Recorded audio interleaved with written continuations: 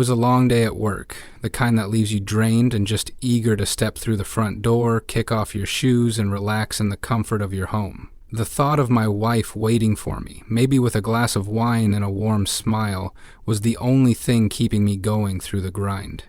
I didn't expect much, just the normalcy we'd built over the years, the familiar rhythms of our life together. That night, though, nothing was normal. As I turned the key and stepped inside, the house was eerily quiet. Normally she'd greet me, or at least I'd hear some noise music, the TV, the sound of her bustling in the kitchen. But the silence was deafening, and it set me on edge almost immediately. My first thought was that she'd gone out or fallen asleep early, maybe exhausted from her own day. Still, something felt off. I walked into the living room, dropping my bag near the door, and that's when I saw her. My wife, the woman I trusted more than anyone in the world, was lying there on the couch. But it wasn't just that she was lying there. It was the state she was in that made my stomach twist. She wasn't just asleep. She was sprawled out, drunk, her clothes nowhere to be seen. The room smelled faintly of alcohol, the kind of sharp, sour scent that lingers in the air when someone's had too much. My first reaction wasn't anger. It was confusion and concern. This wasn't like her. Sure, she'd have a drink every now and then, but this was different. The scene in front of me didn't match the person I thought I knew so well. I stood there for a moment, frozen, trying to process what I was looking at. Was she okay? Was she hurt? My mind raced with possibilities, none of them good. I approached her cautiously, not wanting to startle her. She looked so out of it, her hair disheveled, her face flushed. I shook her gently, trying to wake her up, and for a brief moment I thought maybe this was just some kind of misunderstanding. Maybe she'd had a bad day and overindulged, something completely innocent. But when she opened her eyes, any hope I had of an innocent explanation vanished. She looked at me, and instead of embarrassment or even acknowledgement, she laughed. Not a nervous laugh, not a laugh that said she was trying to brush off an awkward situation, but a laugh that was carefree, almost mocking. It hit me like a punch to the gut. "Today is a special day," she slurred, her voice thick with alcohol and something else I couldn't quite place. I stared at her, waiting for her to say more, to explain what she meant, but she didn't. She just smiled, a lazy, drunken smile that didn't reach her eyes. I didn't know what to say. What could I say?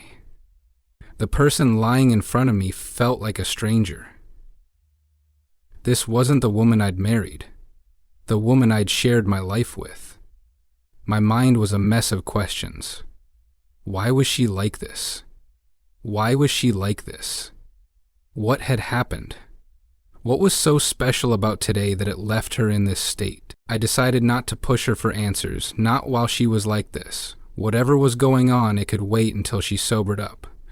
I gently picked her up, her body limp and unresponsive, and carried her to the bedroom. She murmured something under her breath as I laid her down and covered her with a blanket, but I couldn't make out what it was. Looking at her there, vulnerable and unguarded, I felt a mix of emotions. Part of me was angry, though I didn't fully understand why yet. Another part of me was worried that something had happened to her, something she couldn't or wouldn't tell me. And then there was the part of me that just felt lost. This wasn't how our life was supposed to be. As I stood there, watching her drift back into unconsciousness, I told myself we'd talk about it in the morning. We'd figure it out. Whatever it was, we'd deal with it together. That's what we did, right? We were a team. Or at least I thought we were. I turned to leave, ready to give her the time she needed to sleep off whatever was going on. But before I could take a step, her voice stopped me. It was faint, slurred, but clear enough to freeze me in my tracks. "Today is a special day," she repeated, her words dripping with something that wasn't just drunken rambling. It was deliberate, purposeful. And then she laughed again, that same laugh from before, the one that felt like nails on a chalkboard. I didn't turn around. I couldn't. Something inside me told me not to, that whatever she was about to say would change everything. And it did. I carried her to the bed with careful, deliberate movements, not because I wanted to protect her in that moment, but because I was trying to steady myself. My hands trembled as I wrapped the blanket around her, though I tried to convince myself it was exhaustion or frustration. Deep down, I knew it was neither. Something about her words, her demeanor, didn't sit right with me. That laugh, that unnerving laugh, echoed in my head. I couldn't shake it. As I stood there in the dim light of the bedroom, her face flushed from the alcohol, I told myself that this wasn't the time. Whatever had happened, whatever she meant by calling today special, it would have to wait. She wasn't in a state to explain herself, and I didn't have the emotional capacity to ask. I turned to leave the room, but I hadn't made it more than a step before her voice stopped me cold. At first I thought I'd imagined it. Maybe it was just a murmur, some drunken nonsense spilling out as she drifted into unconsciousness. But then she said it again, louder this time, and there was no mistaking her words. "Today my boss had me in her bed," she said, her voice tinged with a drunken boldness that made my blood run cold. I froze in place, the words hitting me like a physical blow. My mind struggled to process what I had just heard. Surely I had misheard her. Surely the alcohol was making her say things that didn't mean anything. But before I could turn around to face her, she kept going. And it was amazing. Those 4 words shattered me. They sliced through the air like a blade, sharp and cruel. I turned back to her slowly, almost mechanically, my body moving on autopilot because my mind was too stunned to react. She was lying there, her eyes half open, a smug, satisfied expression on her face. She wasn't embarrassed. She wasn't ashamed. In fact, she seemed almost proud. "What did you just say?" I asked, though I wasn't sure if the words actually left my mouth or if I was just screaming them inside my head. She smirked, a lazy, infuriating smirk that only deepened the pit forming in my stomach. "You heard me," she said, her voice dripping with mockery. "By the way, my boss has a huge dick. He knows how to use it perfectly." I felt like the ground had been ripped out from under me. The room spun, my vision blurred, and for a moment I thought I might collapse. Her words repeated in my mind over and over, each repetition twisting the knife a little deeper. This wasn't just betrayal, it was humiliation. It was degradation. She wasn't just admitting to cheating, she was reveling in it. I wanted to yell, to scream, to demand answers, but no sound came out. My throat felt tight, my chest heavy, as if the weight of her words had stolen the air from my lungs. All I could do was stand there, frozen, while she lay there smirking, completely unbothered by the destruction she had just unleashed. The image of her boss flashed in my mind, a man I'd met once or twice, someone I'd never given much thought to. And now here he was, intruding on the most sacred parts of my life, my marriage, my home, my bed. The bed where I'd shared countless moments with my wife, moments that were supposed to be ours and ours alone. It wasn't just a piece of furniture, it was a symbol of our intimacy, our connection. And now, it felt tainted beyond repair. A million questions swirled in my head, but none of them made it past the lump in my throat. How long had this been going on? Was this the first time? Or had there been others? Did she even care about what she was doing? Or was this just some game to her? But the biggest question, the one that loomed over all the others, was why? Why would she do this? Why would she throw everything away for someone like him? What was so special about today that made her feel the need to celebrate it in such a vile, destructive way? I wanted to demand answers, to make her explain herself, but something in her demeanor stopped me. She didn't seem remorseful. She didn't even seem worried about how I would react. If anything, she looked amused, like she was enjoying the spectacle of my pain. And that realization made my blood boil. I clenched my fists, my nails digging into my palms as I fought to keep my emotions in check. I couldn't give her the satisfaction of seeing me break. Not now, not like this. She wanted a reaction. She wanted me to lash out, to lose control. but I wouldn't give her that power. Instead, I turned and walked out of the room, my steps heavy and deliberate. I could feel her eyes on me as I left, could hear the faint sound of her laughter following me down the hall. It took every ounce of willpower I had not to turn back, not to let the anger and hurt consume me. As I reached the living room, I sank into the couch, the same couch where I'd found her just moments ago, the same couch where my life had been irrevocably changed. My mind raced, replaying her words, her smirk, the way she had so casually destroyed everything we'd built together. I stared at the wall, my vision unfocused, as the reality of the situation began to sink in. This wasn't a nightmare I could wake up from. This wasn't some misunderstanding that could be resolved with a conversation. This was real. She had betrayed me in the most personal, intimate way imaginable, and she didn't even have the decency to feel guilty about it. In that moment, I felt a shift inside me. The pain, the confusion, the disbelief, all of it began to harden into something else, something colder. I realized that the person I thought I knew, the person I had loved and trusted, no longer existed. Or maybe she never had.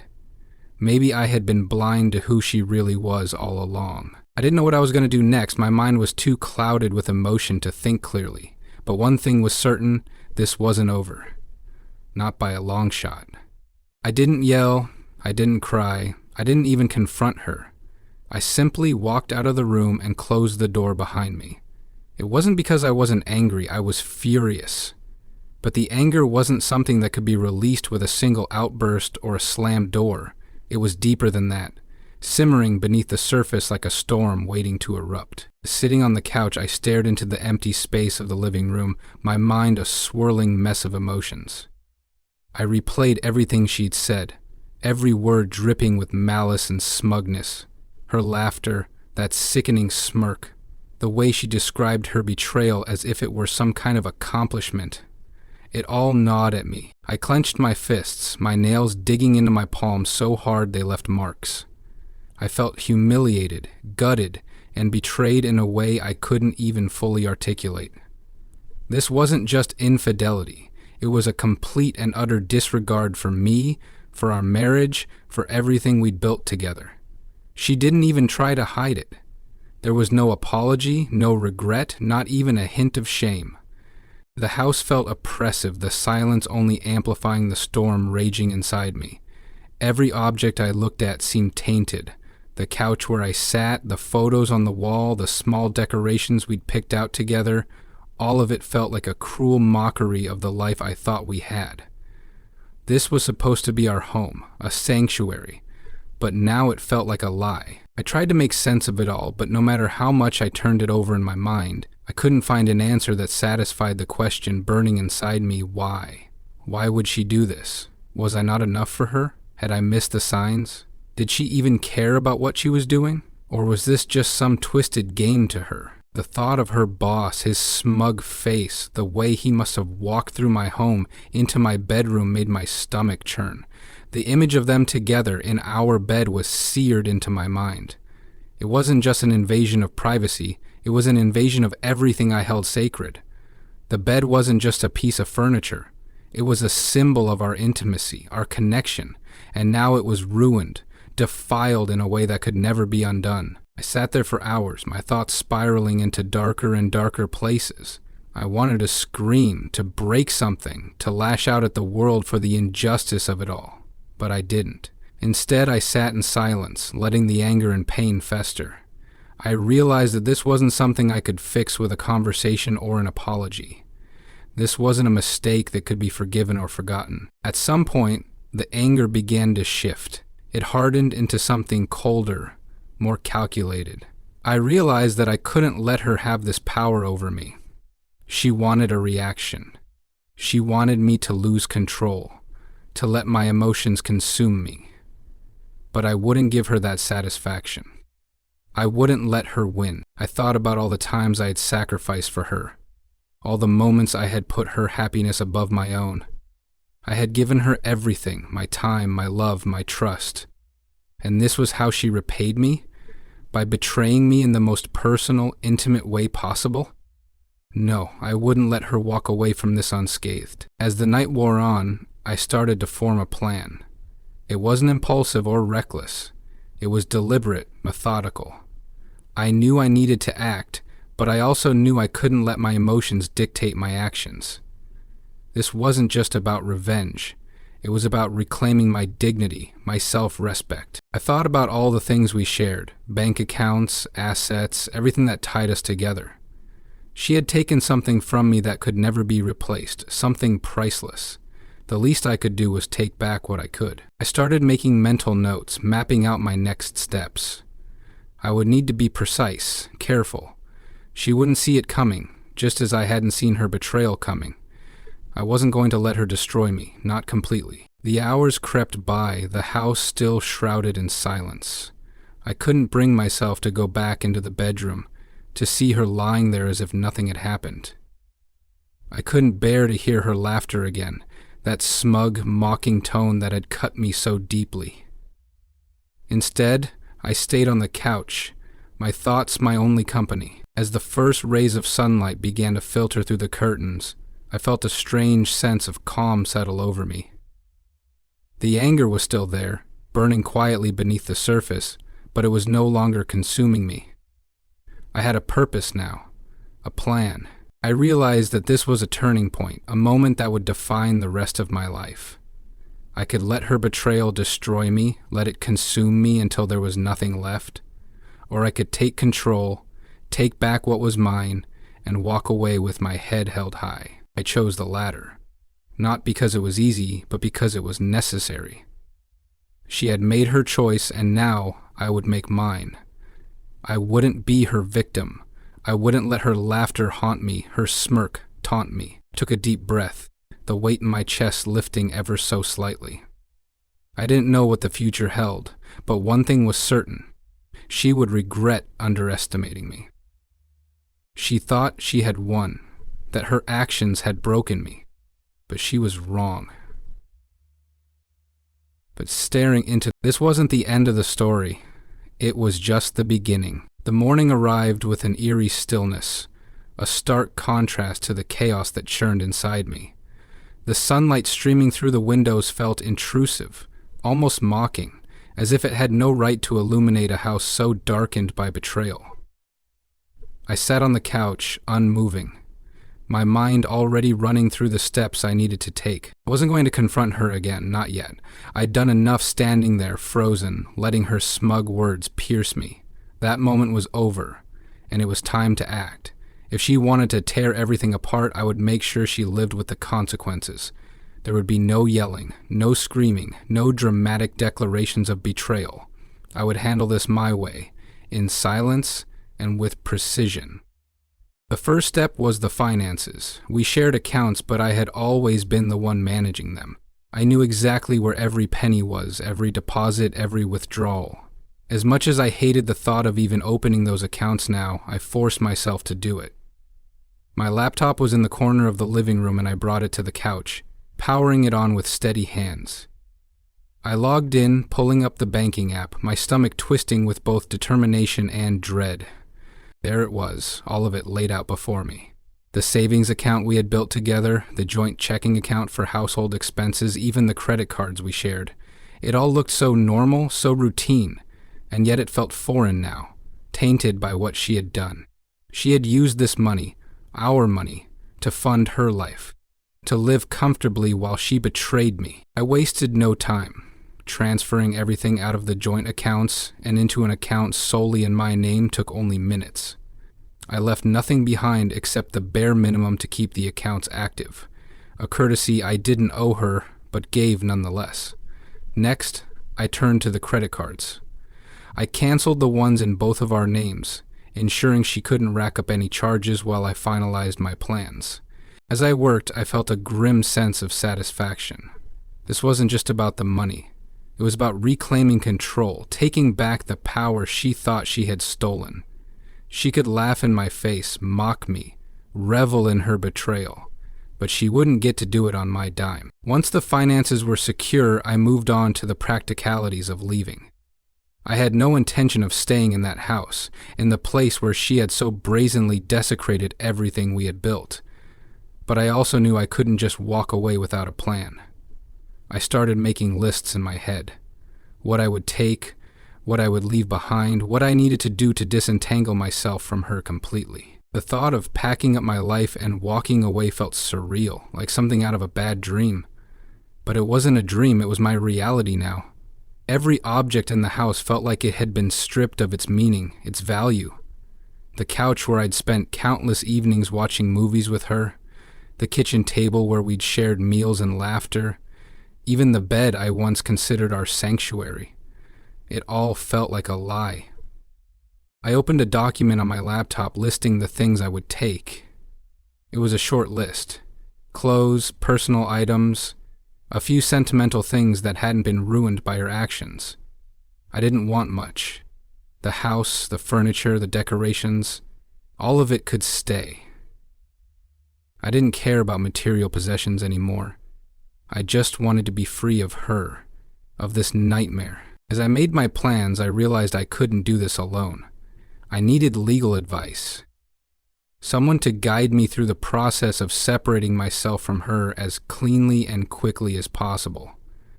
Divorce wasn't something I had ever thought I would need to consider, but now it was unavoidable. I opened another tab on my browser, searching for local divorce attorneys. The process of finding a lawyer felt cold and impersonal, but it was necessary. I scrolled through profiles, reading reviews, looking for someone who could handle my case with the efficiency and discretion I needed. After an hour of searching, I found someone who seemed like the right fit. A no-nonsense attorney with years of experience in handling cases like mine. I sent an email outlining my situation, asking for a consultation as soon as possible. With that done, I closed the laptop and sat back, exhaling deeply. The first steps were complete. The foundation of my plan was in place, and now it was just a matter of execution. But as much as I wanted to focus on the logistics, I couldn't ignore the emotions still roiling inside me. I thought about her, still lying in that bed, blissfully unaware of the storm she had unleashed. I wondered if she would even care when she woke up and discovered what I had done. Would she be angry, hurt, or would she simply shrug it off like everything else? The truth was, I didn't care what she felt anymore. Her feelings were no longer my concern. She had made her choices, and now she would face the consequences. I sat there for hours, going over everything in my head, replaying her words, her laugh, the way she had so carelessly thrown away everything we had built. The anger was still there, burning quietly beneath the surface, but it was no longer consuming me. It was focused now, directed toward a purpose. It reached a point of clarity when she finally woke up, stumbling into the living room with the telltale grogginess of a hangover. I didn't look at her. I didn't acknowledge her presence. She mumbled something, an apology, an excuse. I didn't care to decipher, but I didn't respond. I stayed silent, my eyes fixed on the wall, my resolve unshaken. She didn't press the issue, didn't try to engage me further. Maybe she sensed the change in me, the cold detachment that had replaced the love and trust she had so thoroughly destroyed. Or maybe she simply didn't care. Either way, it didn't matter. I was already halfway out the door, even if she didn't know it yet. As the day wore on, I continued to make my preparations. I started packing the few things I intended to take with me, carefully folding clothes, gathering personal items, and placing them in a suitcase. I moved with a quiet determination, methodically dismantling the life we had shared. Each item I packed felt like a small victory, a step closer to freedom.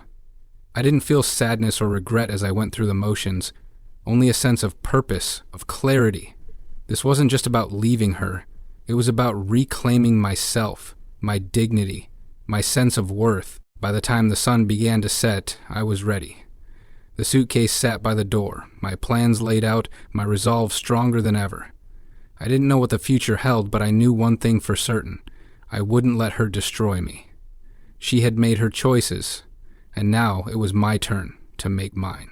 The day I left felt surreal, like stepping into a story that couldn't possibly belong to me. Everything I'd prepared for led up to this moment, yet the act of walking away still carried an eerie weight. The house, once filled with memories, stood hollow and lifeless. The air inside felt different, heavier, as though it recognized what was happening. I didn't hesitate. My suitcase was already packed, my plans set, and I had no intention of dragging it out. Before leaving, I made one final sweep of the house, not for nostalgia, but to ensure I hadn't left anything important behind. My steps echoed on the hardwood floors, their emptiness a reflection of what my life had become. Passing through the living room, I paused for a moment, staring at the couch where I had sat just days ago, consumed by the initial shock of her betrayal. It seemed like a lifetime had passed since then. Every corner of the house held a memory, but none of them felt like they belonged to me anymore. They were shadows of a life I had outgrown, a life she had destroyed with her actions and her arrogance. The photos on the walls, the furniture we'd chosen together, the small knickknacks we'd collected over the years, they all felt meaningless now. I didn't feel the pang of loss I expected. Instead, I felt relief. This was no longer my home. I left her a note, not out of obligation, but for closure. It was short, concise, and devoid of emotion. I didn't owe her an explanation, but I wanted her to know I was gone and that I wouldn't be coming back. I placed it on the kitchen counter where she would undoubtedly see it and walked out the door without looking back. The car ride away from the house felt both liberating and heavy. I wasn't just leaving her. I was leaving behind a part of myself, the part that had believed in her, trusted her, loved her. But as the miles stretched between us, I felt lighter. Every turn of the wheels was a step closer to freedom, to reclaiming my life on my terms. I had already arranged for a temporary place to stay, a small, quiet apartment in a different part of town. It wasn't much, but it was mine. The first night there was strange, filled with an odd mix of emotions. I sat in the stillness of the unfamiliar space, my suitcase still unopened, and let the weight of everything sink in. There was no anger now, no fiery rage burning within me. Instead, there was a cold clarity, a sense of purpose. I knew what I had to do next. The attorney I had contacted earlier had responded promptly, scheduling a meeting to go over the details of the divorce. I didn't want to drag the process out any longer than necessary. The thought of remaining tied to her, even on paper, was intolerable. The meeting with the attorney was straightforward. I laid everything out. The betrayal, the financial arrangements, my decision to leave, and they assured me they would handle it efficiently. Hearing that was a relief, though it didn't erase the lingering bitterness. Signing the paperwork felt final, like closing the last chapter of a book I wished I'd never opened. At this point, I was more self-aware than ever. As the legal process unfolded, I focused on rebuilding. It wasn't easy. Starting over from scratch felt daunting, but it was also empowering. I found a new routine, one that didn't include her or the life we'd shared. I poured my energy into work, hobbies I'd neglected, and reconnecting with friends I hadn't seen in too long. The most challenging part was the silence. Without her presence, the quiet felt overwhelming at times. But it was a necessary adjustment. I needed to learn how to be alone again, to find solace in my own company. Slowly but surely, I began to rediscover myself. Word of my departure must have reached her eventually, though I never heard from her directly. I imagined her reaction when she saw the empty accounts, the note on the counter, the absence of my presence in the house. Perhaps she was angry, or maybe she didn't care. Either way, it didn't matter. I wasn't doing this for her. I was doing it for me. Despite my best efforts to move forward, there were moments when the betrayal crept back into my thoughts. Late at night, when the world was quiet and my mind was free to wander, I would replay her words in my head. Today, my boss had me in our bed, and it was amazing. The memory still stung, but each time it surfaced, The pain lessened. I learned to let go, not for her sake, but for mine. Holding on to the anger and hurt would only weigh me down, keeping me tied to a past I wanted to leave behind. I wouldn't forget what she'd done, but I refused to let it define me. Months passed, and with time, the scars began to fade. The apartment started to feel like home, a place where I could breathe freely and live without the shadow of betrayal hanging over me. I made new memories, ones untainted by her actions, and started to see a future for myself that didn't include her. Looking back, I realized her betrayal had given me a gift I hadn't expected: clarity. It forced me to confront what I wanted, who I wanted to be, and what I deserved. I wouldn't settle for less than respect, loyalty, and love ever again. She may have thought she had the upper hand, laughing in my face and flaunting her infidelity, but in the end, I was the one who walked away with my dignity intact. I was the one who took control of my life and rebuilt it on my terms. There was no grand moment of revenge, no dramatic confrontation. My revenge was in my silence, my absence, my ability to walk away without looking back. She had tried to break me, but I refused to let her win. Now, when I think of her, it's not with anger or sadness, but indifference. She's a part of my past, a chapter I've closed and left behind. My life is mine again, and for that, I am grateful. The road to healing wasn't easy, but it was worth every step. In the end, her actions revealed who she truly was, and they showed me who I am, someone stronger, wiser, and unwilling to settle for anything less than what I deserve. She may have thought she could destroy me, but all she did was set me free.